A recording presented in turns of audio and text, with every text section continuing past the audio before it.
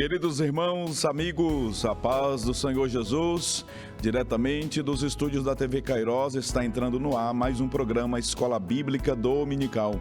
E hoje vamos estudar a 10ª lição deste trimestre tão maravilhoso, onde estamos apreciando o Evangelho de João. Chegamos na lição de número 10 e o assunto é a promessa do Espírito.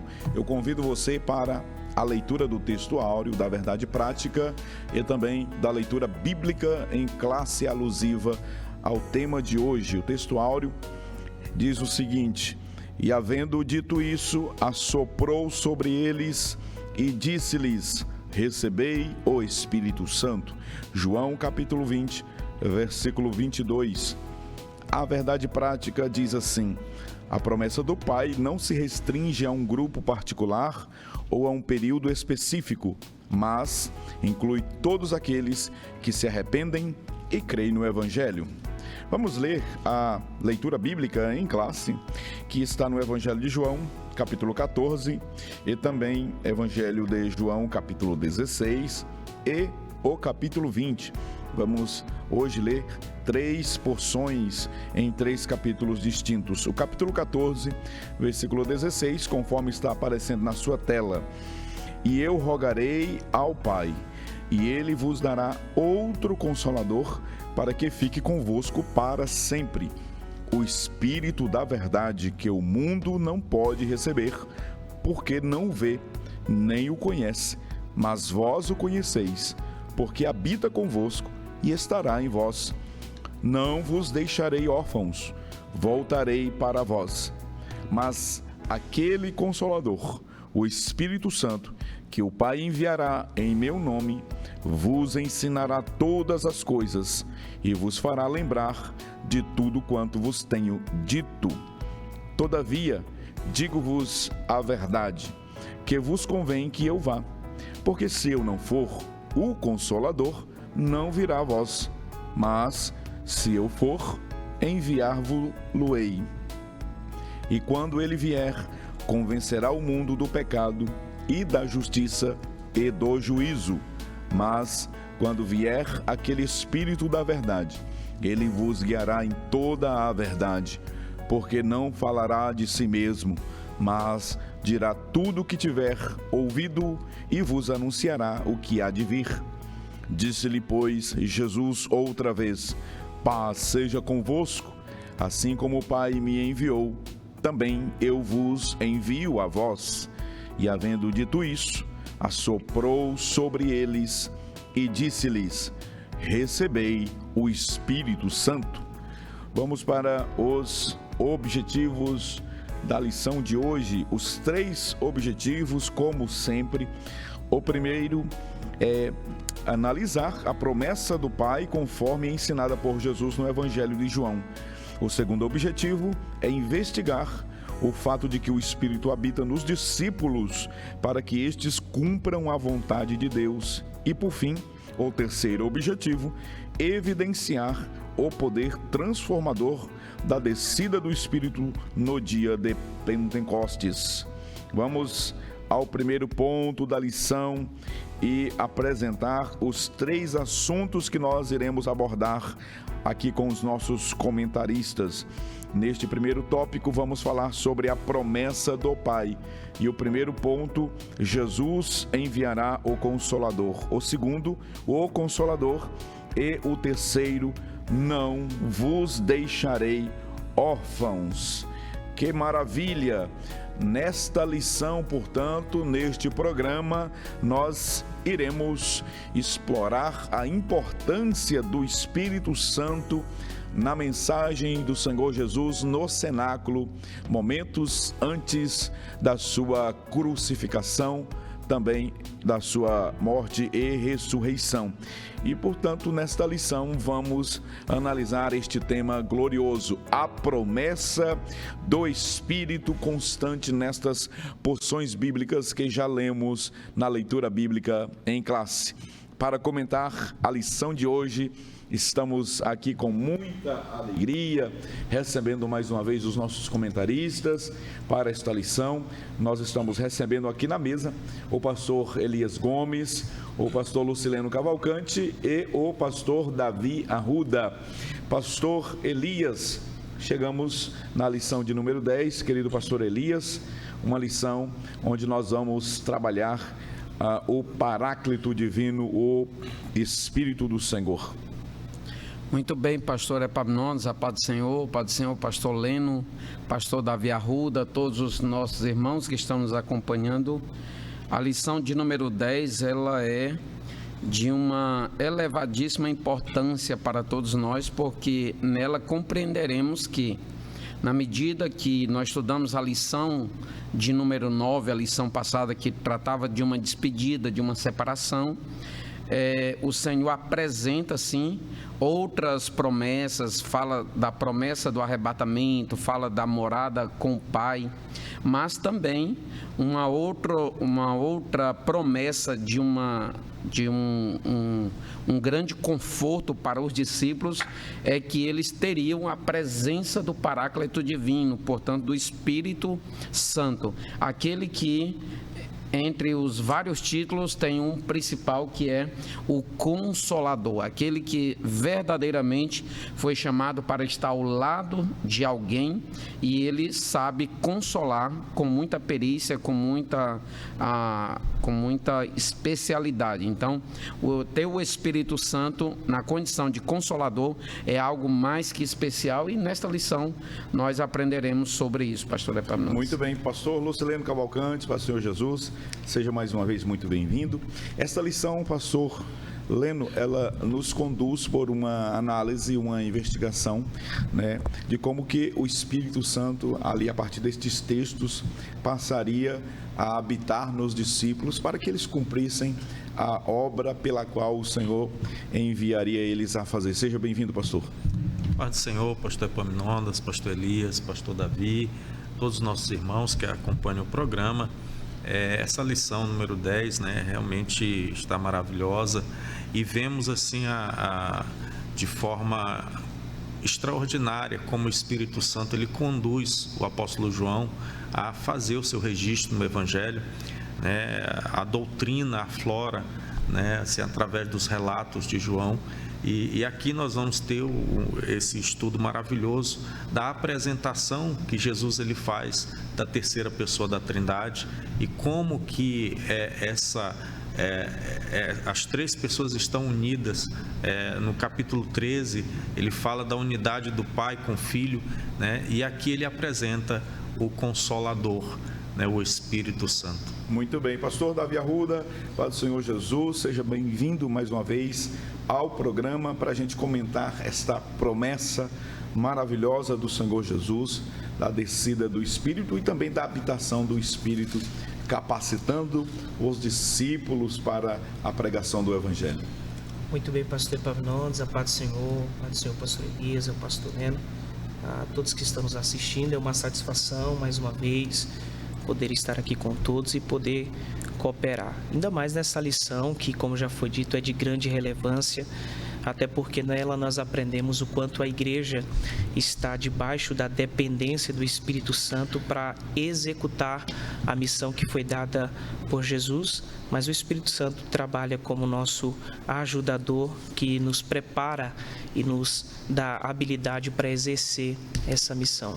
Muito bem, vamos iniciar então a rodada de comentários, iniciando aqui sempre pelo querido pastor Elias Gomes, que com muita alegria o temos aqui mais uma vez para dar início aos comentários desta lição de número 10. Pastor Elias Gomes, vamos falar sobre esta promessa do Pai. Jesus enviará o Consolador. Fale sobre este ponto aqui da lição. Muito bem, pastor Epaminondas. Ficou compreendido e ficou visível que o Senhor ele iria se retirar. Tratamos isso por várias vezes na lição passada, E o Senhor fez promessas, as promessas elas servem, sim, para fomentar a nossa expectativa quanto ao futuro, para nos direcionar, para nos orientar e nos manter convicto no caminho sobre o qual nós estudamos na lição passada. Mas entre os aspectos consoladores que iriam nutrir as forças, a fé dos irmãos, na época, mais propriamente dos discípulos que estariam iniciando a igreja, o Senhor eles que partiria, mas ele enviaria o outro Consolador. E aí ainda vai ser tratado aqui sobre essa compreensão do termo outro Consolador. O certo é que Consolador significa esse ajudador, significa esse orientador, esse amigo, esse conselheiro, aquele que vai estar ao lado de outro. Mas isso é uma promessa proveniente do Pai. Nós vimos aqui, o pastor Leno até já evidenciou que a pessoa do Pai, do Filho e do Espírito estão continuamente agregada uma a outra aqui, estão numa perfeita harmonia. Então se trata de pessoas basicamente com propósitos intrínsecos entre si aqui. E nós vimos desde o Antigo Testamento, o pastor Epaminondas, pastor Leno, pastor Davi, no versículo 28 e 29, muito conhecido do livro do profeta Joel, o profeta diz: e há de ser que depois derramarei o meu espírito sobre toda a carne, e vossos filhos e vossas filhas profetizarão, os vossos velhos terão sonhos, os vossos jovens terão visões, e também sobre os servos e sobre as servas naqueles dias derramarei do meu espírito. Certamente o Senhor está evidenciando aqui uma promessa que vai começar a ser realizada ou ser concretizada lá no dia de Pentecostes. Todavia, é sobre isso que o Senhor também fala, o próprio Jesus, em Atos capítulo de número 1, e em Lucas capítulo de número 24, quando ele está prestes a ir ao sacrifício, ele, no versículo 49 de Lucas capítulo 24, lembrando que Lucas é o mesmo escritor que relatou o livro de Atos, portanto é o mesmo escritor de Atos, e ele diz assim no versículo 49: e eis que sobre vós envio a promessa de meu Pai, ficai porém na cidade de Jerusalém, até que do alto sejais revestidos de poder. Ainda em Atos capítulo 1, o próprio Senhor Jesus, no versículo de número 4, versículo 5, ele evidencia isso, esta promessa do Pai. Portanto, por que nós estamos evidenciando, inclusive o título desse tópico é a promessa do Pai?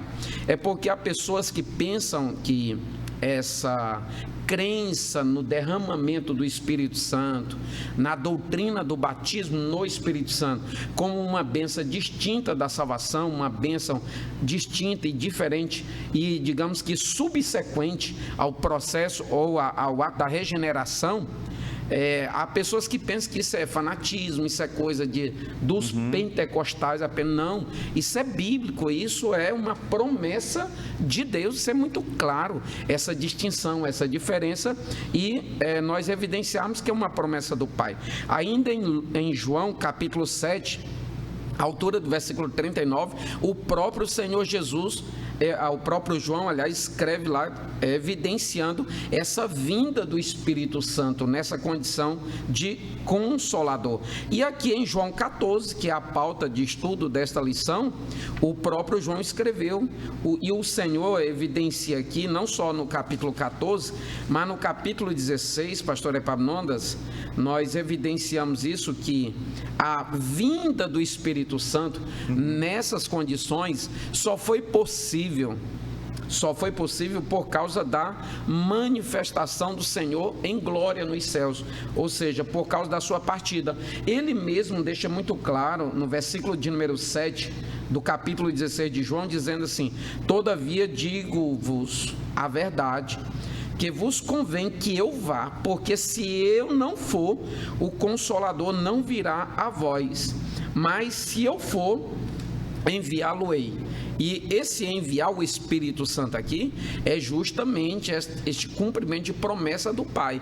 O Espírito já estava presente, mas como distintivo de alguém regenerado, não manifestado nessa condição de alguém ser cheio do Espírito Santo, na condição de uma capacitação para testemunhar da verdade aqui na terra. É sobre isso que a lição predominantemente está falando nessa questão da promessa do Pai. Muito bem. Pastor Lucileno Cavalcante, vamos falar agora sobre o Consolador. Aqui este tema, este assunto, pastor Leno Cavalcante, nos é apresentado claramente, né? A palavra Consolador como sendo uma palavra polissêmica com vários sentidos. Ela é muito rica, essa palavra Consolador. Não fica apenas, não é, pastor Leno, no consolo, a ação do Espírito Santo, as atividades e as atribuições do Santo Consolador, do Santo Espírito, é muito mais amplo. E também gostaria que o senhor tratasse sobre aqui os termos gregos apresentados, né, alos e heteros, diferenciando esse contexto aqui das atribuições do Espírito Consolador ou o outro Consolador. Muito bem, pastor Epaminondas. Essa designação dada por Cristo ao Espírito Santo como sendo o Consolador, essa palavra, como o senhor já bem disse, ela poderia ser aplicada a diversos significados. E daí nós vemos também uma das características da atuação do Espírito Santo na vida dos discípulos, na vida da igreja, dado a diversidade de atuações do Espírito Santo. A palavra paracletos ou parácletos, ela traz a ideia de não somente de aquele que traz um conforto, traz um consolo, mas também de alguém que está ao lado, de alguém que está ali para auxiliar, para ajudar. É por isso que essa mesma palavra é também designada para aquele que defende, aquele que advoga.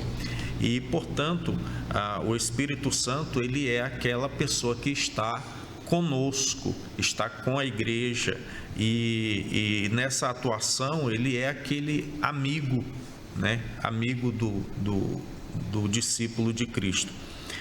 Jesus, ele, na sua palavra, na sua promessa, ele diz: eu rogarei ao Pai e ele vos dará outro Consolador. Essa palavra outro aqui nesse versículo de número 16, ela no original no grego, como diz aqui a nossa lição, é o termo grego allos. E essa aqui traduzido para outro, dá a ideia de outro, ou seja, de outra pessoa, porém da mesma substância, outro, mas sendo alguém do mesmo nível. E enquanto que a palavra héteros, que também aparece na Bíblia, que também traduzida por outro, ela dá a ideia assim de outro diferente, né? Outro, mas que não é da mesma essência. Muito bem. Pastor Davi Arruda, vamos falar um pouquinho sobre esta expressão bíblica: não vos deixarei órfãos. Lembrando que o Senhor Jesus, se referindo aos discípulos, chama eles de filhinhos, aqui no capítulo 13, versículo 33.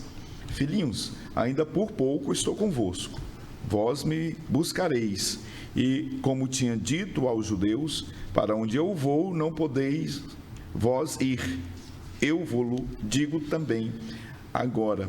Jesus tratando os discípulos como filhos e Jesus percebendo ali, conforme nós estudamos na lição passada, né, a perturbação, a tristeza, a angústia, pelo fato de Jesus ter dito: deixarei vocês e irei para o Pai.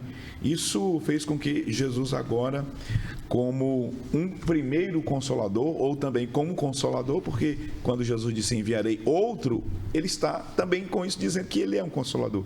E aí ele usa essa expressão, pastor Davi, eu achei muito linda: não vos deixarei órfãos. Fale sobre esse ponto. Muito bem, pastor Epaminondas. O relacionamento de Jesus com os seus discípulos, ele sempre foi um relacionamento profundo, ligado à paternidade. Tanto que os seus discípulos, os discípulos de Jesus, eles se sentem mais seguros quando Jesus está no ambiente.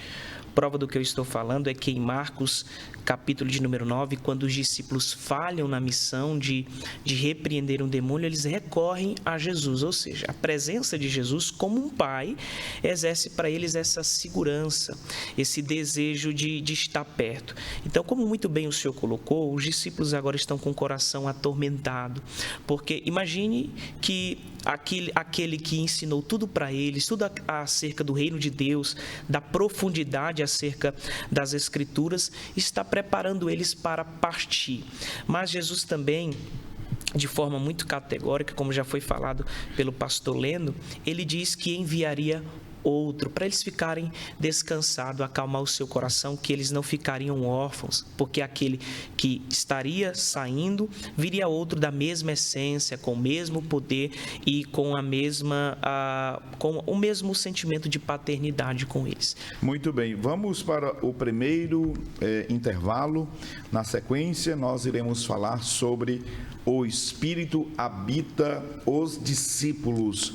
Você compreende, você entende o que significa a expressão assoprou sobre eles o Espírito? O que a Bíblia quer dizer com esta expressão? Nós iremos estudar isto depois do intervalo comercial. Em instantes, estaremos de volta. Até já.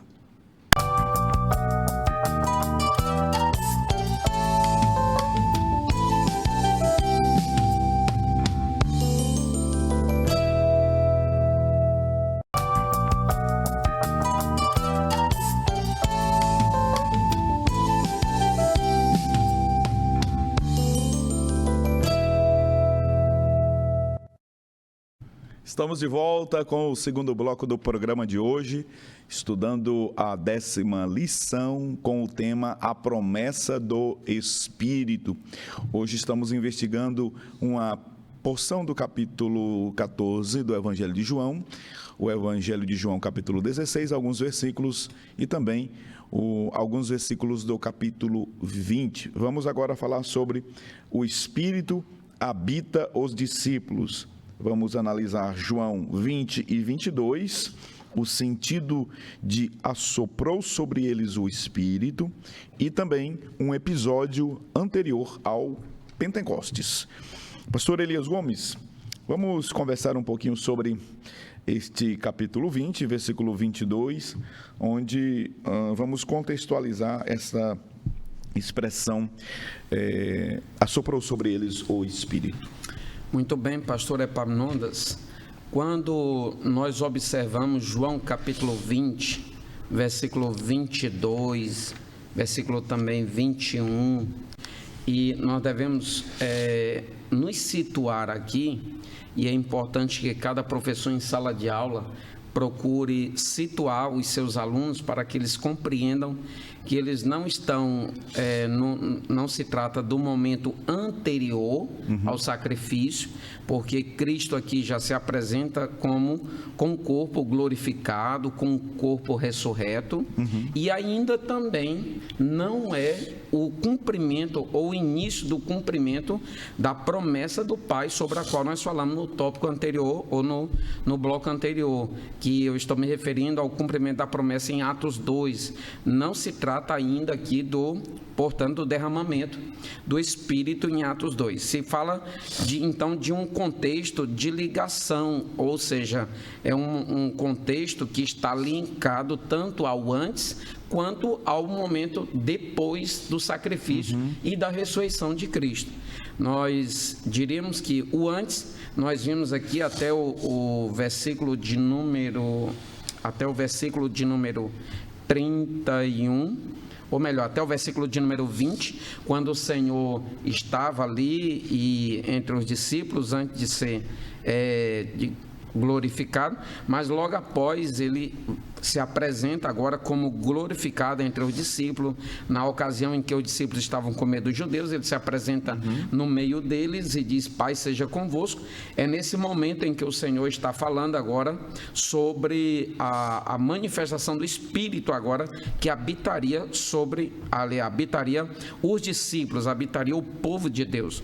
Nós estamos falando assim, pastor Epaminondas, que é um momento de ligação entre o antes e o depois da morte e da ressurreição de Cristo, porque o Senhor está claramente, pastor Leno, mostrando para os discípulos e, consequentemente, para a igreja e para nós hoje, que o ministério dele aqui na terra, fisicamente falando, estava findando-se.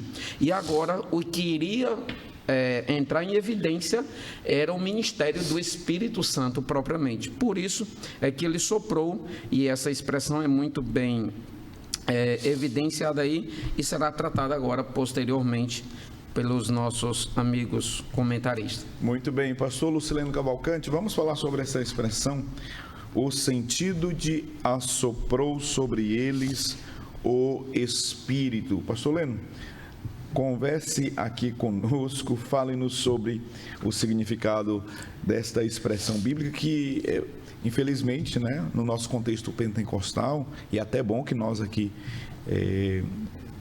esclarecemos isso, né? Muitos pregadores pentecostais desavisados, sem observar o contexto bíblico, sem analisar a exegese e a hermenêutica, acabam aqui, né, pastor Leno, até confundindo os momentos, conforme o pastor Elias já distinguiu aqui muito bem.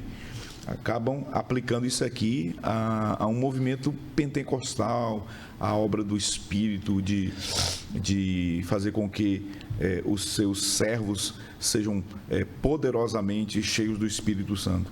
É bom que, nesse ponto da lição também, nós esclarecemos que aquela ação de alguns pregadores pentecostais, assoprar, né, no microfone, que aquilo ali não passa de emocionalismo, né, pastor Leno?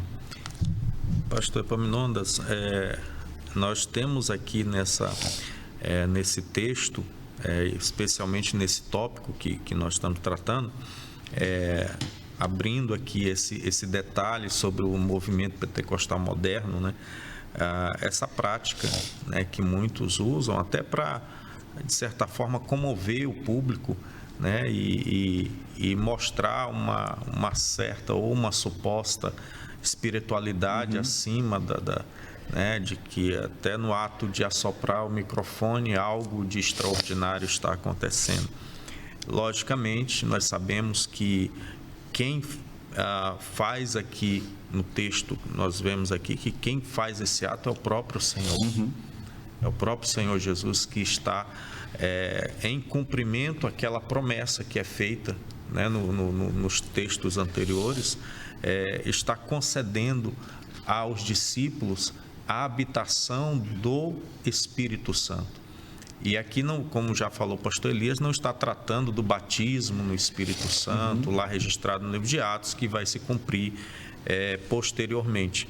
Mas aqui, essa ideia de assoprar é de conceder, é de devolver algo.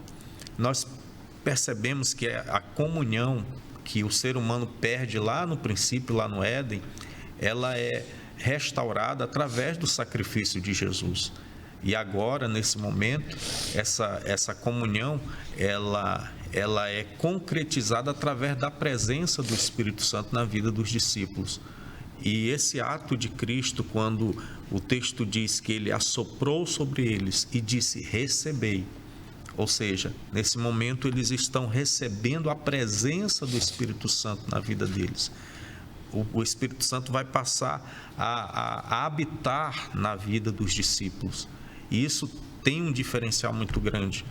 Por isso que esse texto e essa lição, ela é realmente extraordinária, relevante para a nossa fé, pois além da salvação, além do perdão dos pecados, que grande privilégio ter a presença do Espírito Santo, ser morada do Espírito Santo.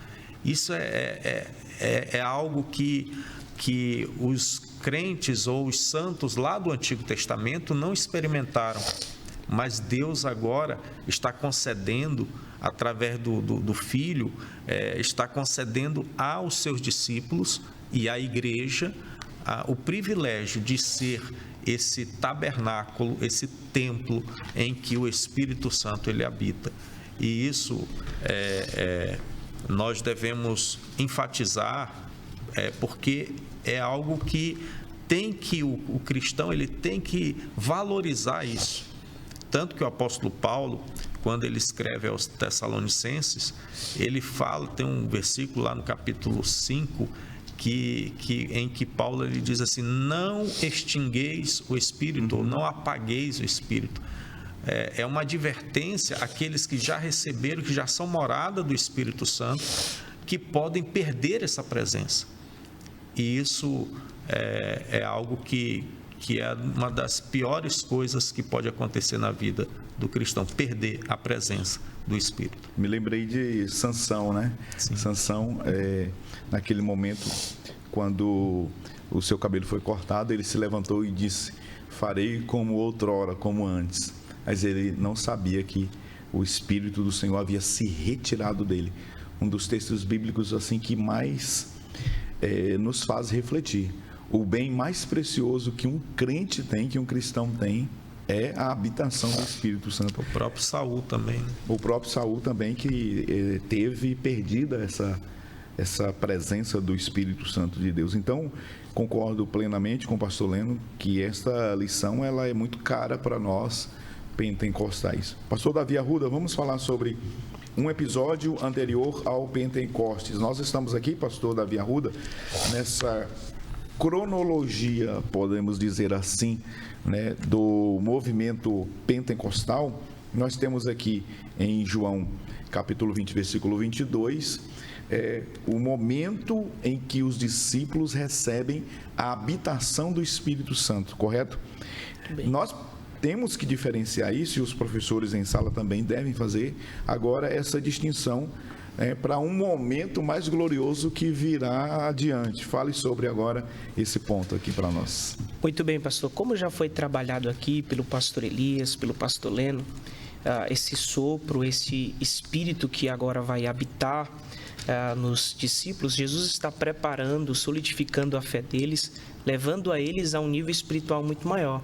Como foi dito pelo pastor Leno, no Velho Testamento o Espírito Santo ele descia de forma esporádica em alguns e para uma obra específica. E agora os discípulos estão tendo o privilégio de ter o Espírito Santo morando dentro deles. Não somente isso, mas o autor da lição ele usa termos que eu acho interessante quando ele diz governados e habitados. Ou seja, a partir daquele momento, as suas vontades estariam sendo dirigidas pelo próprio Espírito Santo.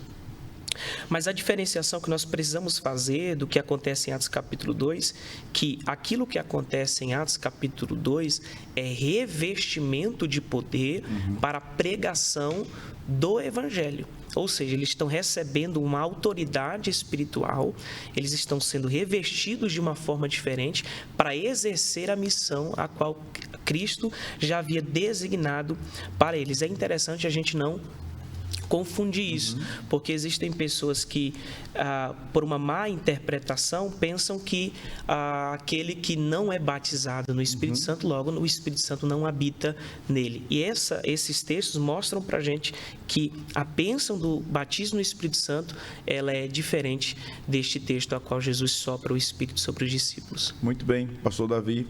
Um ponto que eu quero destacar aqui na sua fala, muito interessante, é o fato de que ainda hoje cristãos no nosso meio pentecostal equivocadamente ainda pensam serem eles detentores da manifestação do Espírito Santo. Alguns equivocadamente pensam que somente os assembleianos ou os pentecostais têm o Espírito Santo. Isso é um equívoco muito grande, não é, pastor Leno? Porque veja que a habitação do Espírito Santo é uma bênção. É a bênção da salvação, aquilo que ficou convencionado, pastor Elias, como a primeira bênção. Depois, nós convencionamos que a expressão segunda bênção não ficava muito bem para nós e nós fomos até equivocadamente mal interpretados. nós preferimos falar bênção subsequente, né? A bênção do batismo com o Espírito Santo. Nós temos, por exemplo, os irmãos de confissão de fé diferente da nossa, reformada, que não são pentecostais, mas eles têm o Espírito Santo, né? Eles têm a habitação do Espírito Santo, são salvos. Entretanto, diferentemente de nós, eles não creem na segunda bênção, que é a bênção pentecostal, que é a bênção do batismo com ou no Espírito Santo. Mas, pastor Elias, isso em nada absolutamente faz com que eles não sejam cristãos genuínos. Porque, pastor Leno, vocês vão concordar comigo que o cristão autêntico e genuíno, ele tem que ter o Espírito Santo. Não posso falar em cristão autêntico e genuíno sem a habitação do Espírito Santo. Correto, pastor Leno? Veja, uma pessoa dizer, eu sou cristão, mas ele não tem o Espírito Santo, ele não é genuinamente cristão. Agora, ser cristão pentecostal, aí pastor Leno, pastor Elias, aí é para aqueles que creem na manifestação, na atualidade dos dons espirituais, que nós vamos tratar no próximo ponto da lição. Nós vamos mergulhar um pouquinho, eu vou deixar que vocês aí aqueçam aí o coração, a chama pentecostal dentro de vocês, para a gente trabalhar agora o capítulo 2 de Atos dos Apóstolos, a promessa do Pai no dia de Pentecostes. Eu peço que você não saia daí. Nós vamos falar um pouquinho sobre o pentecostalismo, vamos falar um pouquinho sobre o dom de línguas, vamos falar sobre o batismo no Espírito Santo, o que é o batismo com o Espírito Santo, como recebê-lo. Não saia daí, em breve estaremos de volta. Até já.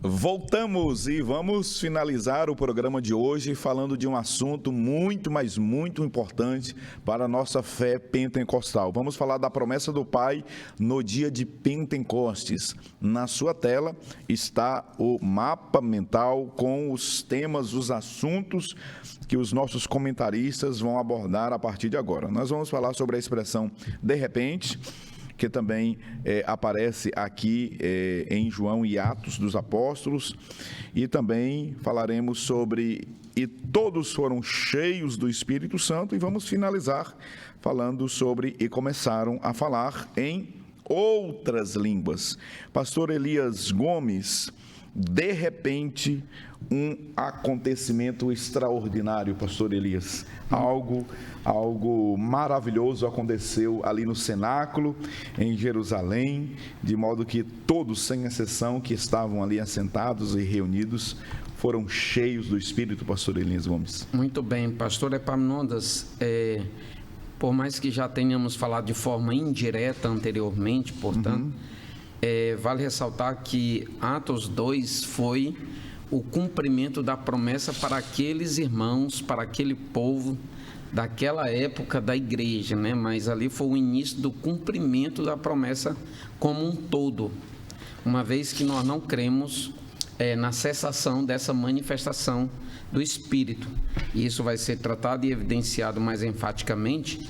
Mas quando nós observamos para Levítico capítulo 23, pastor Epaminondas, pastor Leno, pastor Davi, lá o Senhor estabelece 7 festas sagradas para o povo de Deus, que de alguma forma apontava para a descrição da história da igreja futura, né? E nós vemos que eram 7 festas, a primeira era a Páscoa, e depois se passavam outras festas, passava a dos pães asmos, a das primícias, e a 4ª festa, portanto, logo imediatamente após a festa das primícias, era a do Pentecoste, era a 4ª festa, e por assim dizer, era a festa central. E ela acontecia justamente 50 dias após a festa da Páscoa. E a festa da Páscoa é onde morria um cordeiro que era imolado, era sacrificado para aquela finalidade, como uma ordenança da parte de Deus. E o próprio Senhor estabeleceu que passaria-se 7 semanas, 7 vezes 7, 49, mais um dia, ou seja, no próximo dia, imediatamente após o cumprimento, ou passar essas 7 semanas, aconteceria a festa do Pentecoste, que era chamada também de festa das colheitas ou festa das semanas. E nós vemos que, por acontecer no 50º dia, ou no dia que ocupava uma ordenação de número 50, justamente a palavra Pentecoste provém daí, dessa expressão 50º. E vale ressaltar que nas lições que nós estamos estudando, inclusive a próxima agora, está lá no cabeçalho, lá no início, dia de Pentecoste, porque era o 6º dia do mês de Sivan, que correspondia basicamente ao nosso mês de junho.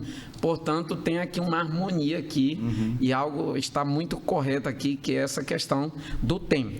E quando nós vimos Lucas 24, Atos 1, que estão em concordância, Atos 1, versículo de número 3, depois de Jesus, que é o Cordeiro que morreu, ressuscitou, passou 40 dias, ele mesmo, antes de ser assunto aos céus, disse em forma de ordem para que o povo, para que os seus discípulos, a igreja, fossem para Jerusalém e não se ausentassem de lá até que do alto fossem revestidos de poder.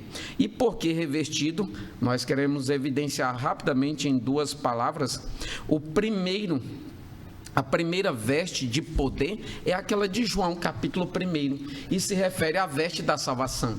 Porque no mundo espiritual, quem está salvo em Cristo Jesus está vestido, está pronto, está como que preparado para o arrebatamento, ante aquele texto de Apocalipse capítulo 16, que quando o Senhor voltar, vai encontrar gente que está despida, ou seja, mostrando a vergonha da sua nudez espiritual. Então, o Senhor mesmo usa essa expressão revestido. Ora, só pode, pastor Epaminondas, do ponto de vista etimológico, ser revestido quem já está vestido.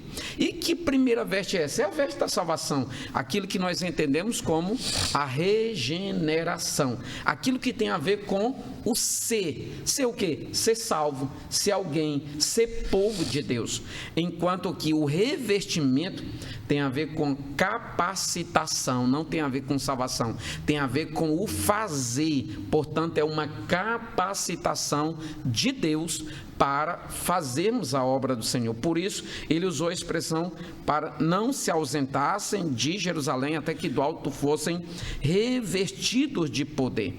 Pois bem, se subentende que eles ficaram ali 10 dias esperando. O apóstolo Paulo evidencia isso em 1 Coríntios capítulo 15, que em torno de 500 irmãos foram e basicamente 120 ficaram ali. Ou seja, apenas esses permaneceram, perseveraram, porque a Bíblia diz em Atos 2 que todos foram cheios do Espírito Santo. E esse cheio aqui do Espírito Santo, vale ressaltar que na perspectiva lucana, ele está diretamente associado ou intercambiado com o ser batizado ou com o Espírito Santo. Então, nós cremos que passou-se mais 10 dias. Ora, 40 dias que o Senhor ficou em solo com os irmãos, depois de ter havido ressuscitado, com mais 10 dias lá esperando, 50 dias. Portanto, um acontecimento agora, um cumprimento inicial da promessa que foi evidenciada e elencada lá em Levítico capítulo 23, acontecendo, portanto, o dia de Pentecostes. Por isso, essa expressão, de repente, é porque eles estavam esperando, então algo aconteceu, algo que já estavam na expectativa de acontecer, e isso aponta muito para o derramamento inicial do Espírito Santo no dia de Pentecostes.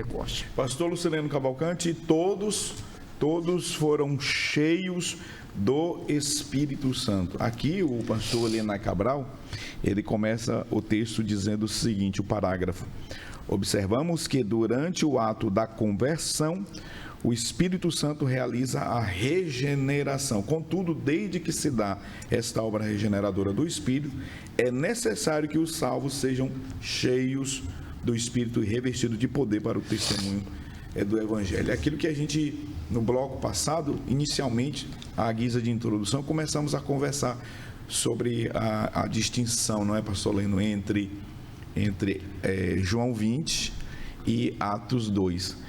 Complemente, aprofunde esse tema, pastor Leno. O pastor Elias, ele já colocou aqui que essa expressão cheios do Espírito Santo, na perspectiva do autor do livro de Atos, né, cheios do Espírito Santo, está relacionada ao batismo no Espírito Santo. E diferentemente daquilo que João, ele fala lá no capítulo 20, que se trata do recebimento da habitação do Espírito Santo na vida dos discípulos. Nesse momento, e é interessante a colocação que o pastor Elias fez aqui, todo esse contexto da espera por esse revestimento de poder, né? O quanto que eles estavam ali ansiosos e buscando esse revestimento de poder. E é interessante que o texto de Atos, no versículo 4, quando diz assim, todos foram cheios do Espírito Santo.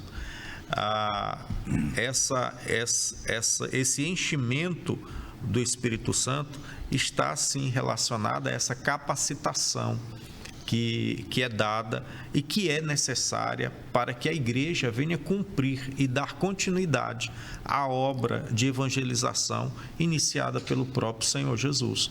Jesus, ele preparou os discípulos, instruiu os discípulos. Jesus, ele, ao mesmo tempo, pagou o preço, cumpriu o seu propósito na cruz do Calvário. E na lição que estamos estudando, Jesus, ele trata da promessa desse Consolador que viria para estar com a igreja, mas não somente para estar com a igreja, mas estar na vida de cada crente, mas também essa pessoa, que é o Espírito Santo, iria capacitar a igreja para que pudesse cumprir o seu propósito na terra, que era justamente expandir e pregar o Evangelho.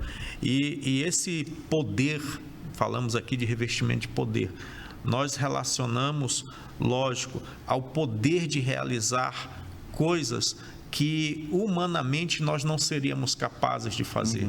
E tudo isso se inicia a partir do batismo no Espírito Santo.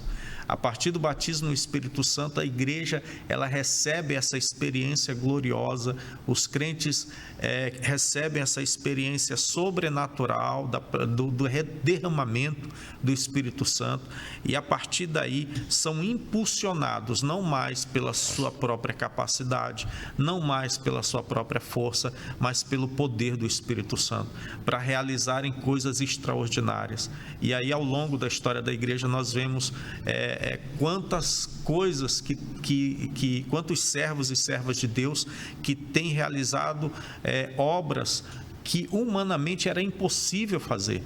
O próprio apóstolo Paulo, impulsionado pelo Espírito Santo, evangelizando toda a Ásia, chegando na Europa, estendendo o Evangelho àquele mundo conhecido ali de então. E ao longo da história isso vem se repetindo. O Senhor, ele continua derramando do seu Espírito. Mas não só esse poder é um poder para realizar milagres, ou para realizar, também para isso, mas também nós vemos no livro de Atos dos Apóstolos que esse poder, esse poder do batismo, do revestimento de poder, esse poder, ele também capacitou a igreja a suportar as adversidades, que humanamente era impossível suportar agressões, apedrejamento, humilhações, serem tirados seus bens, serem humilhados e serem mortos. Mas ao longo da história da igreja, principalmente na igreja do primeiro século, nós vemos cristãos sendo mortos nas arenas ali do Império Romano, porém suportaram pelo poder do Espírito Santo. Essa necessidade que a igreja tinha no primeiro século, nós temos também hoje, de ter esse poder, porque sem o poder do Espírito Santo, nós não conseguimos realizar o propósito pelo qual nós fomos chamados. Muito bem. Pastor Davi Arruda, Atos dos Apóstolos também nos apresenta uma evidência, né, externa, algo que aconteceu como um sinal maravilhoso do ser cheio do Espírito Santo ou batizado no Espírito Santo. Fale sobre este terceiro subtópico. Muito bem. Atos capítulo 2, sem sombra de dúvidas, foi um ponto culminante para a igreja de profundidade espiritual. É um texto muito valioso para nós pentecostais, até porque é aqui o nascimento da igreja. Mas dentro da bênção do batismo no Espírito Santo, eu gostaria de trazer luz a duas coisas. Primeiro, que essa bênção, que o batismo no Espírito Santo, nós cremos que são para os crentes já regenerados, salvos em Cristo Jesus. E a base que nós temos para isso é em Atos capítulo 2, verso de número 38, que ele diz: então disse-lhes Pedro, arrependei-vos e seja batizado cada um de vós no nome de Jesus Cristo para a remissão dos pecados e recebereis o dom do Espírito Santo. Então a gente percebe que esse batismo, esse dom, ele vem após a conversão e a regeneração do indivíduo. Outra coisa que eu gostaria de destacar aqui é que algumas pessoas, para atacar a fé pentecostal, dizem que esta bênção estava limitada aos discípulos. E não. Esta bênção do Espírito Santo, ela é para os nossos dias também. Gostaria de ler mais um texto. O verso de número 39 do capítulo de número 2 diz: porque a promessa é para vós e para os vossos filhos e para todos os que estão longe, todos o que o Senhor nosso Deus chamar. Então este texto, ele é essencial para mostrar que a bênção do batismo com o Espírito Santo não se limitou ou se encerrou na vida dos apóstolos, mas está viva perante a igreja. E essa bênção do falar em línguas são expressões espirituais que eles receberam através do Espírito Santo. O autor desta lição, ele fala algo interessante que eu gostaria de ler. Ele diz: era uma língua desconhecida por quem falava, mas compreendida pelos ouvintes. Sendo assim, o falar em línguas uma evidência física e visível do batismo com o Espírito Santo. Muito bem, pastor Elias Gomes, ainda temos alguns minutinhos. É bom que também deixemos claro, pastor Elias Gomes, a respeito aqui das expressões, né, que Lucas utiliza aqui em grego para falar sobre línguas. O pastor Davi Arruda já pontuou muito bem que nós não somos cessacionistas, né? Nós somos continuistas e ainda tem um terceiro grupo aí, os conformistas. Mas eu gostaria que o pastor Elias falasse sobre aquelas línguas ali em Atos 2, que os cessacionistas, eles querem dizer que ali eram línguas humanas e que não existe o dom de línguas estranhas no sentido espiritual, desconhecida dos homens, né? Sem ser, portanto, línguas espirituais. Mas nós cremos, conforme a primeira de Paulo aos Coríntios, Atos dos Apóstolos, em passagens como Atos capítulo 10, Atos capítulo 19. E Paulo é quem vai esmiuçar isso, né, pastor Elias? Fale sobre esse ponto, por favor. Com certeza. Pastor Epaminondas, para nós pentecostais, o falar em outras línguas dá configuração a uma das doutrinas mais brilhantes, porque o falar em línguas não consiste apenas, ou não exerce apenas o papel de uma evidência, de um sinal de alguém que foi batizado no ou com o Espírito Santo. Vale ressaltar que tanto a com ou no são conectivos corretos a partir do grego. Nós vemos isso, inclusive, na nossa Bíblia de Estudo Pentecostal, evidencia muito claramente. E o falar em outras línguas não apenas é um sinal, mas consiste também em um dom elencado pelo próprio apóstolo Paulo em 1 Coríntios. Ele fala sobre isso, sobre o dom de variedade de línguas.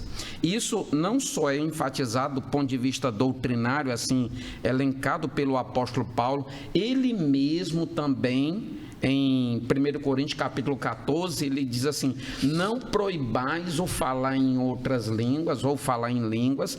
Ele também, fazendo referência a si mesmo, diz assim: eu mesmo falo em língua mais do que todos vocês. É claro que o falar em outras línguas, quando exercido assim e não de forma pessoal, ele tem uma finalidade. A finalidade, em primeira instância, é edificar a própria pessoa no momento de oração com Deus, porque ele mesmo diz que quem ora em línguas, ora melhor e edifica a si mesmo. Mas se alguém vai falar em línguas para a igreja, que seja acompanhado com dom de interpretação de línguas, e assim sendo, se equipara basicamente ao dom de profecia, que edifica a igreja como um todo. Todavia, nós vimos também em ocasiões, nós vimos na casa de Cornélio o falar em línguas, nós vimos em Atos 2, que já foi falado pelo pastor Davi Arruda, nós vimos também em Atos 19, quando o apóstolo Paulo está retornando da terceira viagem missionária em Éfeso, quando ele está falando ali, e pelo menos 12 pessoas são batizadas no Espírito Santo.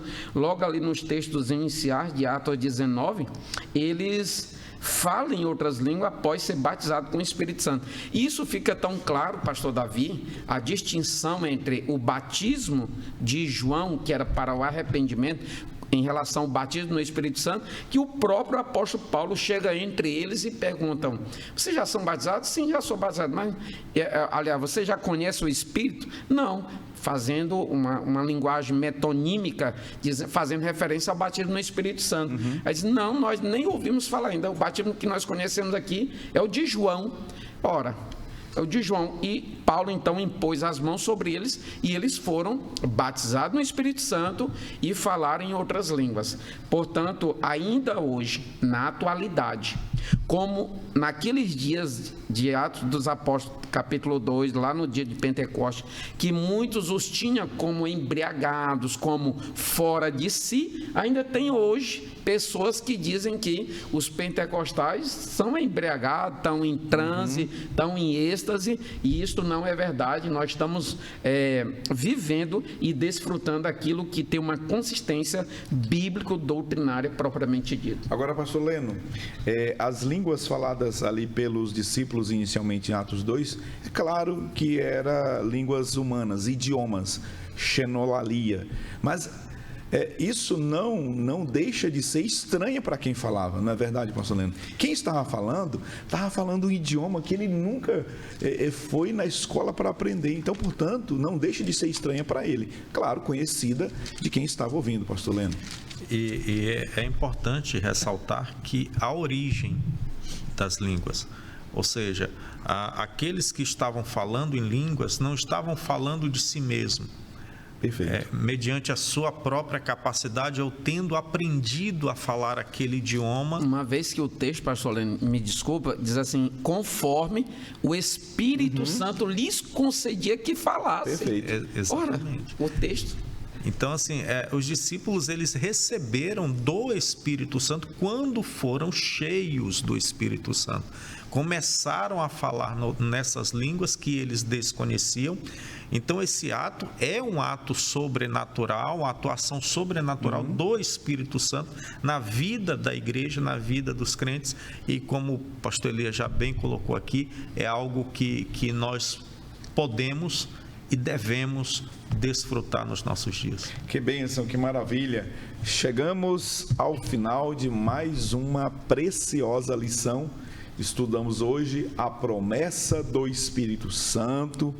Fizemos aqui uma distinção entre a bênção do Espírito Santo como residência em João capítulo 20, versículo 22.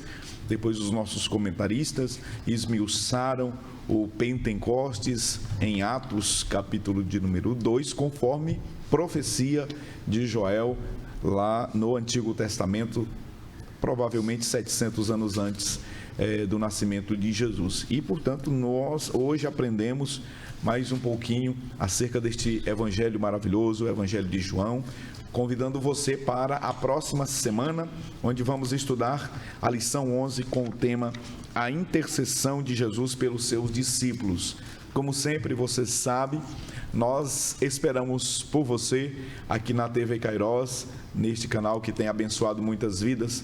Eu espero que você esteja conosco aqui para estudarmos mais uma lição. Obrigado à produção do programa, agradecemos os comentaristas, pastor Elias Gomes, pastor Lucileno Cavalcante, pastor Davi Arruda, muito obrigado a todos vocês e a nossa audiência. Que o Senhor multiplique bênçãos sobre vocês, sua casa e sua família. Pastor Davi Arruda, nos despeça em oração. Senhor meu Deus, obrigado por esta oportunidade que o Senhor nos concede estarmos aqui aprendendo a Tua Palavra. Agora abençoa, Senhor, aqueles que estão ouvindo, abençoa os professores e comentaristas que aqui estão e que esta lição, Senhor, acenda mais uma vez o fogo do Teu Espírito no coração daqueles que estão conosco. Abençoa também o nosso pastor presidente, como também a toda a diretoria desta igreja. É o que nós te pedimos e com fé lhe agradecemos. Amém.